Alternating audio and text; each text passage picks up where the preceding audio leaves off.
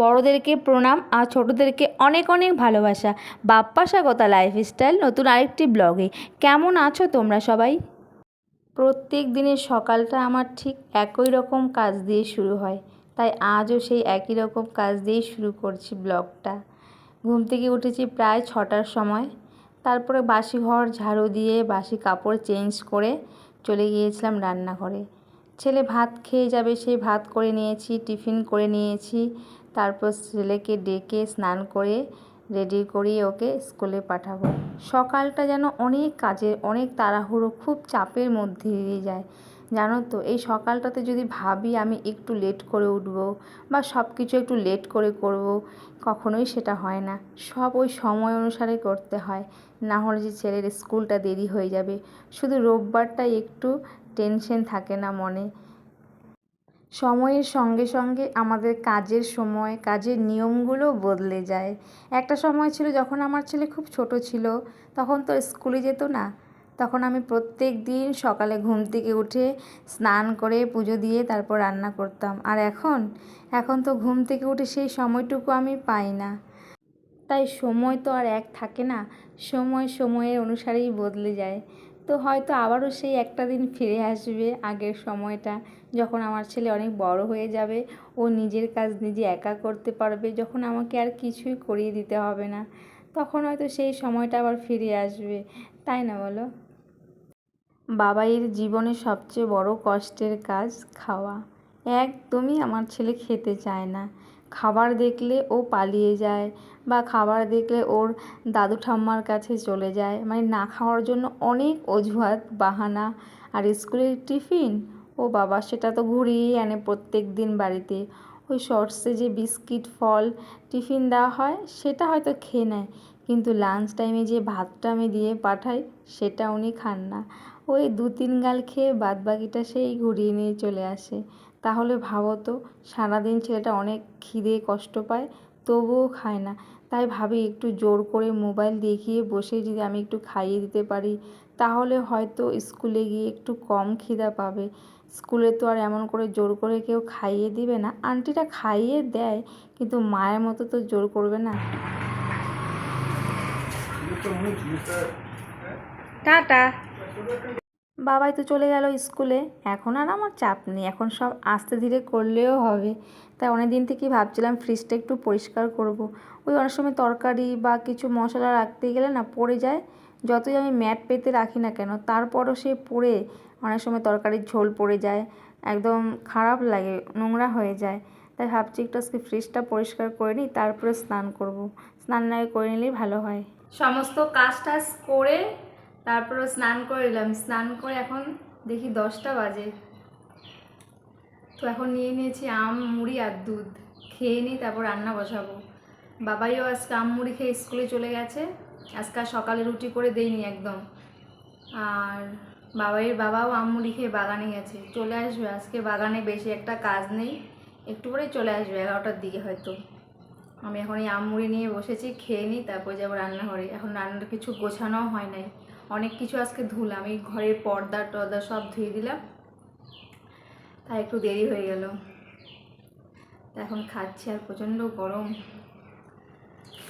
খেয়ে তারপর রান্নাঘরে রান্না করবো। সোমবার আজকে আবার নিরামিষ, দেখি কী যে করবো। নিরামিষের দিন খুব ঝামেলায় খাওয়া নিয়ে, নিরামিষের দিন। চলে আসবো, বাবাইয়ের বাবা 11টার সময় চলে আসবে, তার আগে রান্না করতে হবে। এসে তো আবার ভাত খাবে। যাওয়ার সময় একটু আমার মুড়ি ওই একসাথেই মেখে দিয়েছি। বাবাইও খেয়েছে, ওর বাবাও খেয়েছে, একসাথেই বেরিয়েছে। ওকে স্কুলে ছেড়ে দিয়ে বাগানে চলে গেছে, আমিও নিয়ে বসেছি। এই দেখো,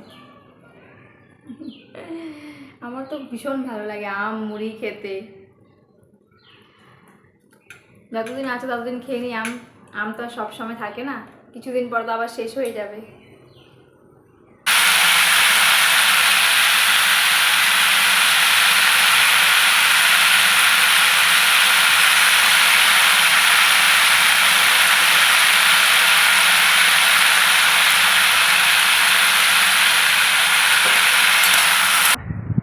যে পর্দাগুলো সব আজকে কেচে দিয়েছিলাম, ক্লিপ দিয়ে গেছি, তারপরেও সব পড়ে যাচ্ছে।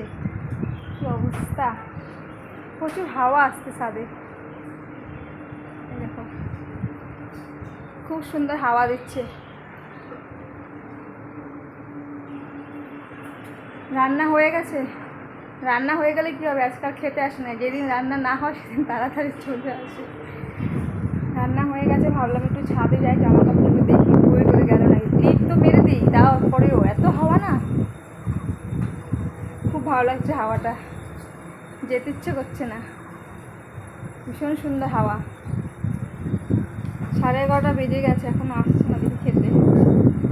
একটু বসে থাকি, আসলে পরে নিচে যাব। খুব ভালো লাগে হাওয়াটা। তোমাদের সাথে দেখানোই হয় নাই কী কী রান্না করলাম। চলো তাহলে নিচে যাই, একটু টুকটাক কাজও আছে ঘরে।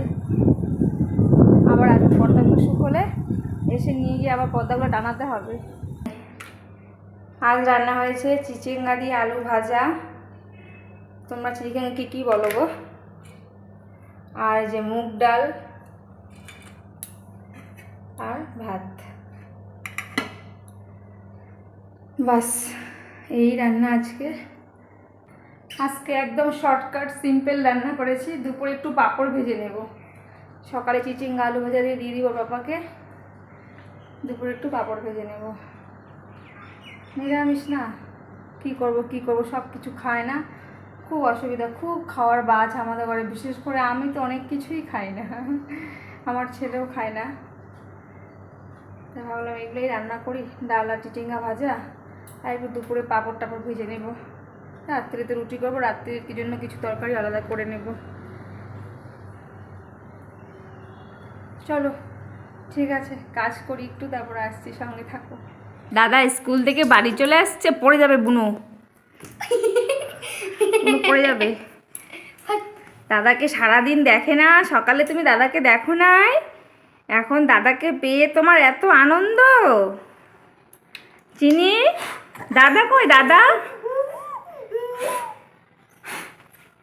দাদা কোথায়? বাবা ড্রেস খুলে যাও, হাত পা ধুয়ে এসো। হ্যাঁ চলো চলো, ড্রেস খুলে হাত পা ধুয়ে নাও। চিনি, চিনি, তুমি দাদার সাথে স্কুলে যাবা কালকে থেকে? সকাল থেকে তুমি দাদাকে দেখতে পারো না? হ্যাঁ, হ্যাঁ হ্যাঁ হ্যাঁ হ্যাঁ হ্যাঁ, কি কি, দাঁড়াও তো আমার চিনি দাঁড়াতে পারে তো, তুমি দাঁড়াতে পারো, তুমি দাঁড়াতে শিখে গেছো? ওরে বাপরে, ওরে বাপরে, যাও দাদা যাও, দেখিস ধরিস বাবা, পড়ে যাবে কিন্তু। এই এই এই, তোকে সারাদিন দেখে না সকাল থেকে, ওই কারণে। চলো পাঁপড় ভাজি, পাঁপড় কেন বলো তো, ডাল আর চিচিঙ্গা ভাজা নিরামিষ, তাই এখন পাঁপড় বসছি, খাবার। বাবাইও তো ভাত খায় নাই না। কটা বাজে এখন? কটা বাজে? 5টা, 4টা 4:30 বাজে। দেখো না কি পাঁপড় ভাজতেছি সবাইকে। এবিসি লেটার এগুলো থালা পাঁপড়, বড় বড় গোল গোল, আর এগুলো এবিসি লেটার, ABCD অনেক কিছু আছে, ABCD, তারপর হাতি ঘোড়া, বহুত কিছু আছে। এগুলো আমার ছেলে খেতে খুব ভালোবাসে। বাইরে দেখো বৃষ্টি হচ্ছে কত সুন্দর। হ্যাঁ বাইরে হচ্ছে বৃষ্টি।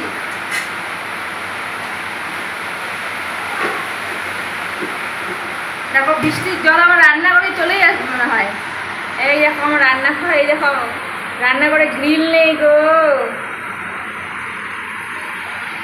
এখন বাজে 4টা, দুপুরের খাওয়া দাওয়া করছে, বাবা স্কুল থেকে এসেছিল 3টার সময়, এতক্ষণ রেস্ট করলো, তখন পাপার সাথে খেতে বসেছে, কারেন্ট নেই।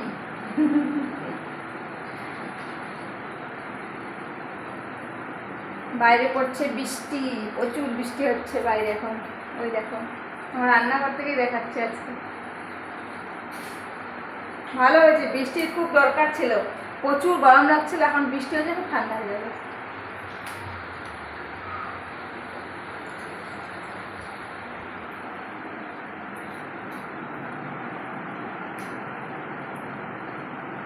নিচে বসে খায়, টেবিলে বসে গরম লাগে, ওই জন্য টেবিলে বসে না। নিচে পাকার মধ্যে আরাম লাগে তাই।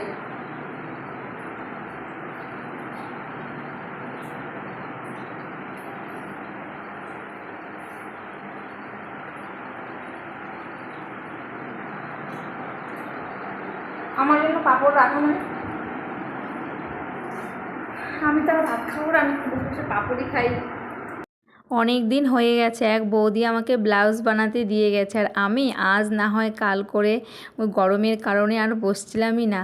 তো বৌদির এখন ব্লাউজটা লাগবে, তো ভাবছি আজকে সন্ধে দিয়েই বসে পড়বো।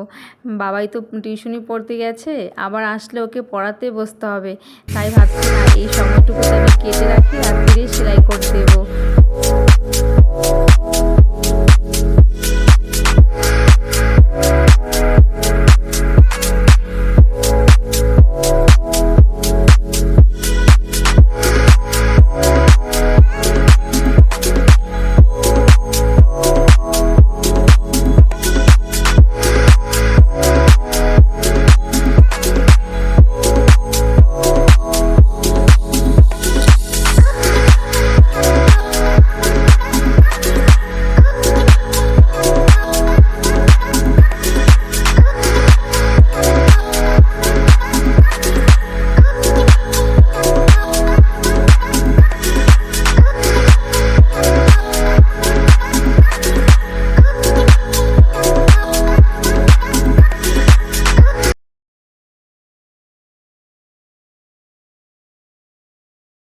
চলো তাহলে ব্লগটা এখানেই শেষ করছি। ব্লগটা যদি ভালো লেগে থাকে লাইক করো, আর কেমন লাগলো সেটা কিন্তু অবশ্যই কমেন্ট করে জানিও। তোমরা সবাই ভালো থেকো, সুস্থ থেকো, সাবধানে থেকো। টাটা।